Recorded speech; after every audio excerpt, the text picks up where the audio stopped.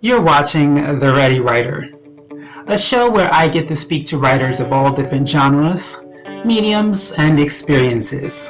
The Ready Writer. Are you ready? Hi, and welcome to another episode of The Ready Writer. I'm your host, Casey Bell, and today's guest is Michelle Jewsbury, not only an author, but a public speaker and advocate against domestic violence and abuse. Her memoir, But I Love Him, is a revealing book about her being in a 4-year abusive relationship. Let's get this episode started.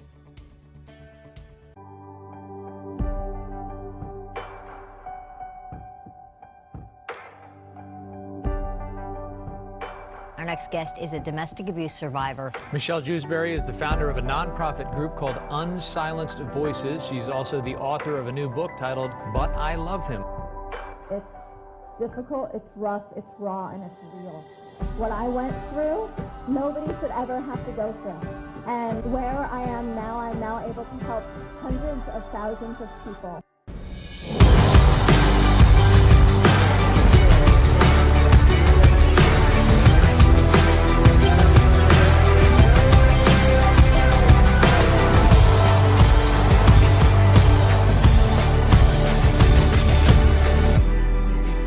Appreciate you having the courage to come forward and talking to us about this. And let's come back again and let's talk some more. Yeah, please. Thank you enjoyed very the much. conversation. Thanks so much. Welcome to the show, Michelle.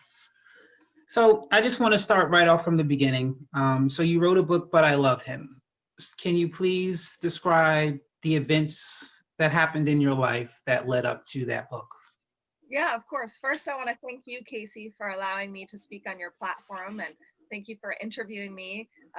Very excited to speak with your audience. So I'll start off, let's see, about 2011. I end up moving from Portland, Oregon area to Hollywood, California because I want to be a star. I pursue acting. I love entertainment, the film industry altogether, and things were going well. So I was producing plays and independent films, and I ended up meeting a guy, we'll call him Paul, where he swept me off my feet. He was my Prince Charming, everything that I thought that I wanted. And he pursued me, and he sent me flowers and text messages, and we went to ball games.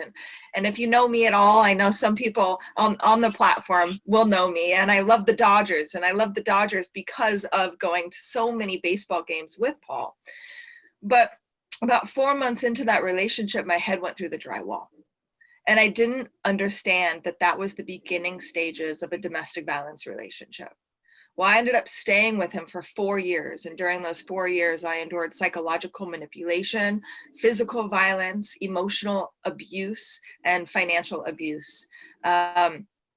When I escaped, I sat in front of my computer, very similar to what we're doing now. And I started to document what happened to me.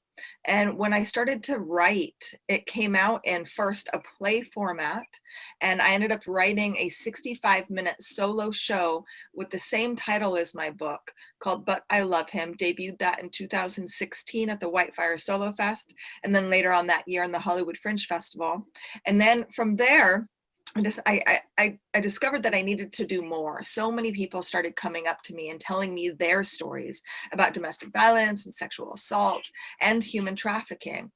So from there, I ended up starting a nonprofit organization called Unsilenced Voices, where we help survivors of domestic violence, sexual abuse, and trafficking worldwide. Right now, we're in Ghana, Sierra Leone, and Rwanda, and we are expanding to the United States and planning a 2021 domestic violence awareness tour with a few affiliate partners. And then from there, I knew that I needed to get my story out, and I ended up writing my book, But I Love Him. And this is my full memoir about my experience in an abusive relationship and what I went through, a lot of the arguments and the fights. Everything is accurate except for some names and places. But I knew I had to get my story out. And that's kind of how But I Love Him came about. Okay. I think you kind of just answered my second question was, once you left the situation, at what point did you realize it's something you had to write a book about and share about, which I believe you said people kept coming to you. Could you Well, elaborate on that, or? yeah, of course. Thank you, Casey. So when I first left the abusive relationship and I started to document things, I didn't know that I was going to write a play or write a book. I ended up reading back to myself what I had written, and I was shocked. I had aha moments, and I was like, I don't know what I'm going to do. And at that point, I was still financially abused by him. He was controlling my finances. My father had passed away, and I tore my ACL the last year we were together, and he still wanted to take care of me. And what that meant is he still wanted to control me. So I stayed in contact with Paul, and I didn't actually have a breaking point until there were two things that happened. When I first initially left, I found out he was having affairs on me, and that was my first exodus, I should say, from that relationship. But like I said, he was still financially abusing me, and he ended up starting to date another woman. And he ended up putting her head through the little window in our bathroom. And she contacted me roughly in November of 2015.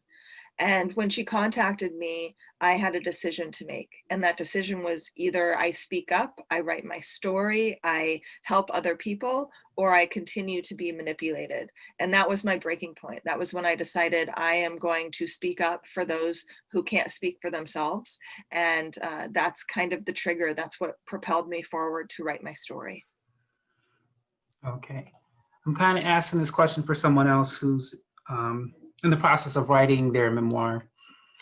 And I personally didn't have a problem because no one knew I was writing my memoir when I did it.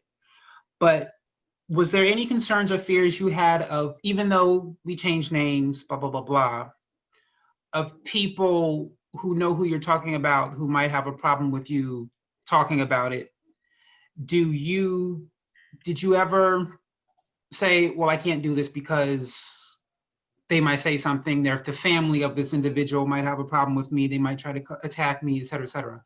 And so were there any fears or concerns of publishing it? And if there were, how did you conquer those fears and concerns? Yeah, that was a huge barrier, actually. So when I escaped and then started to speak up, Paul, my abuser, is a very successful, wealthy entrepreneur. And I was very scared that he was going to come after me. I thought he was going to kill me. I thought that he was going to try to press charges against me. I thought he was going to do whatever he could to silence my voice. And lo and behold, he did try a lot. I ended up suing Paul for assault and battery, and suing him for pain and suffering, things like that. We ended up settling out of court, but before we settled, I didn't publish my book for fear that he would stop it. I was still writing it, right? I knew that I was going to be able to get my story out at some point. And when we finally settled the case, I had published right before we settled because my attorney suggested that it's probably a good time to do it now. And I knew because of our settlement agreement that he couldn't do anything to me because of publishing the book. Now, there are a lot of people who do know of him. Paul is not his real name. I actually never publicly say his real name. And I do that for legal reasons, but also for my safety. And I think it's important that when you write a memoir, that you are honest, but it is very important to change certain names, change certain environments and places in order for you to be brutally honest and to speak your truth. And it was really, really hard for me in the beginning. I was scared. And I actually had a publisher tell me that he wanted to publish my book, and then he ended up sleeping on it for about a week. He told me things he wanted me to fix. He read my entire manuscript and he said he wanted to publish. And then he came back to me and he said, you know, I'm not going to publish your book for fear that your abuser is going to come after me. And that was a shock. So from there, I actually published I self-published instead of using a publisher, but it's worked out great. And if you have an audience who they're worried about people hurting them or coming after them in any ways legally whatsoever, just make sure you change names, but it is very important to get your story out and to speak up. Okay. So to the woman or even man who may be our child, because for me, I don't care if you're 18, a lot of people at 18 are still, in my opinion, considered children. So for the person who is in a relationship similar to yours, who, whether they know they need to get out or whether they're not, they're just been manipulated so much that they can't even tell they need to get out, what are some things you can tell them to help them to finally get the courage to get out? You're not alone, right? That's the biggest thing that I can tell somebody. I've been interviewed a lot on multiple podcasts, multiple news stations, and that's the one thing that people ask me is how do you help somebody who is trapped in an abusive relationship? And the main thing is I remember when I was in my abusive relationship and I felt like that nobody knew what I was going through. And when I finally tried to speak up, people asked me, well, why don't you just leave? And it's not that easy. There is a cycle in domestic violence. It goes from walking on eggshells to a big blow up to an apology stage. That apology stage keeps most victims trapped in abusive relationships. So as a friend or a family member, knowing that your son or your daughter or your best friend or your sister or your mother is going through this type of abusive relationship, just always be there. I lost a lot of friends because I didn't speak up, one, but I also couldn't leave at that time and they didn't understand. So literally just have your door open for those people. They may try to leave 8, 9, 10 times. I left over 7 different times before finally escaping that relationship. But tell them that you love them. Tell them that it's not their fault and quit victim blaming, because that is the one thing that people do worldwide is they blame the victim. She was wearing too short of skirt. She was being promiscuous. She talked back. She triggered him or her. But that's not really the case. Nobody deserves to be violated sexually, physically, emotionally, because you think that they did something. You have no right. Nobody has any right to physically or emotionally assault you. And being a friend or a family member of those victims, just literally be there. Tell them that you love them. Tell them that they're not alone and that they can make it through that relationship. Okay, thank you. Last question, kind of going away from this topic, describe, because most of the writers I interviewed did not say when I grow up I want to be a writer. I think I only had one who actually said they wanted to be a writer. Everyone else said this just kind of happened. So when you realized you had to publish it, even from the time you went to a publisher, and even when you realized you had to publish it yourself, what did you do to gain that knowledge? Because that knowledge, and most people are not taught before they decide they want to write a book. They're how to write the book, how to edit the book, how to do this, how to do that. None of that information is, they have it, they have to just figure it out. So how did you figure it out, and what was your publishing process like? What did you learn? Surprises here and there? Talk about your process through publishing. Yeah, definitely. Thank you again, Casey. So I didn't think that I was going to be a writer growing up at all. I didn't think that I was going to tell my story and be so open and honest that once you read my book, you know pretty much everything about me. So it was scary, but I knew I had to get it out there, right? So when I wrote my play, I ended up, a friend of mine is an editor. Her boyfriend actually was an editor. So I asked his advice on what to do with my book. And he said, just write, and then we can go from there. And he helped me kind of put my book into chapters. And from there, I ended up writing a cover letter and writing a proposal and sending it to probably 150 to 300 different publishers. And I was turned down. I was turned down over and over and over again. And a lot of their excuses were that they were afraid to publish my book. And from there, I was like, okay, well, I guess I need to self-publish. And what I did was I went online and did a ton of research. This day and age, 2020, the 21st century, we have so much knowledge at our fingertips, whether it be on Google, whether it be using any type of AI service that we have, right? And so I jumped online. I started Googling credible sources. I started watching videos on YouTube about publishing a book, about my options, because you can either self-publish, you can publish with a publisher, or you can do the in-between one where the publisher helps you, but you also put some money in as well. And I decided that that option wasn't for me, and I just wanted to jump in and self-publish. And Amazon is a great tool to self-publish. They will publish your book for free, and once you get it out there, they actually will also give you an EIN number, which you need to publish a book. And once I finally published on Amazon, it was very, very smooth. And the transition was great. I had my editor, of course, beforehand edit the book. I had hired a friend who I met at a party, design the book cover. It doesn't have to be perfect. You just have to get it out there. And that's the one reason why people don't publish a book, is because they think everything has to be perfect, but it doesn't.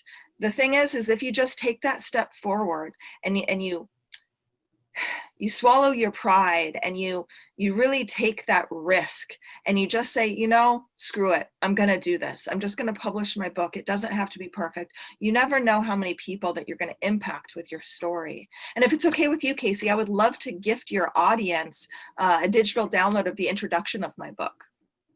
So if you are listening or watching and you are in the United States, all you need to do is use your cell phone and text the word obstacles, OBSTACLES, obstacles plural, to 26786. Again, it's the word obstacles to 26786. Go ahead and text that and you'll receive a complimentary digital download of the introduction of But I Love Him.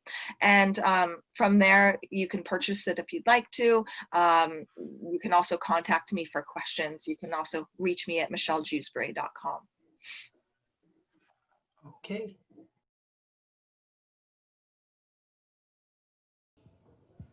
As I repositioned myself on top of an overpriced white goose down comforter in a swanky hotel room coughing up blood, I thought to myself that I wanted to die. How on earth did I allow myself to get into this situation again? How was he able to convince me that the former beating was a misunderstanding, an error in judgment, that he had changed and that he would never hurt me again? All the promises and the I love yous did not prepare me for the brutality of this beating.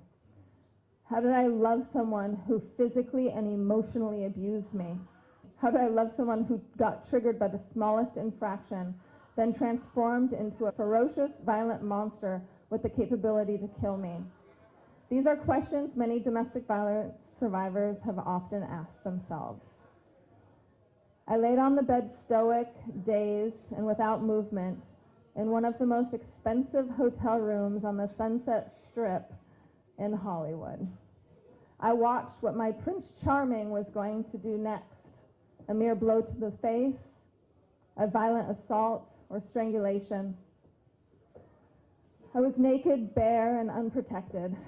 He wouldn't let me get dressed. He figured that if I was naked, then I wouldn't try to escape.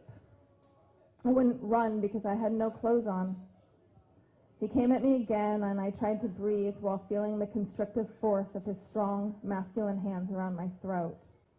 I hurt, my body hurt, and I just wanted him to stop. But it was an emotional ride for 4 years, and I'm now out of it. And I now speak publicly all around the world about my experience. And I encourage other people who have gone through domestic violence, or anybody who has known anyone who has gone through domestic violence, to speak up. Well, that is all the time we have for you today here at The Ready Writer. I would like to thank our guest, Michelle Jewsbury, for stopping on by. And don't forget, if you'd like a free digital download of her introduction to her book, But I Love Him, Text obstacles to 26786. Again, that's if you are in the United States of America. You're going to text obstacles, OBSTACLES, to the number 26786. Thank you, audience, again for joining us here at The Ready Writer, and have yourself a wonderful day.